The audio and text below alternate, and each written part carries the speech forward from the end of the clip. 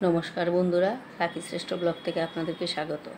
আজ আমি রান্না করব চাল কুমড়ার চচ্চড়ি। এখানে আমি চাল কুমড়াগুলোকে ভালো করে কেটে লবণ দিয়ে মেখে চিপে নিয়েছি সরিষা ও পোস্ত বাটা, লবণ, ফোড়নের জন্য নিয়েছি পাঁচফোড়ন, কাঁচামরিচ, তেজপাতা, শুকনো মরিচ, তেল।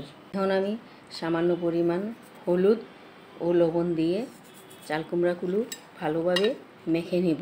এবার দিয়ে দিব বেটে রাখা পোস্ত ও সরিষা বাটা, দিয়ে দিব সামান্য পরিমাণ হলুদ, দিয়ে ভালোভাবে কষিয়ে নিব।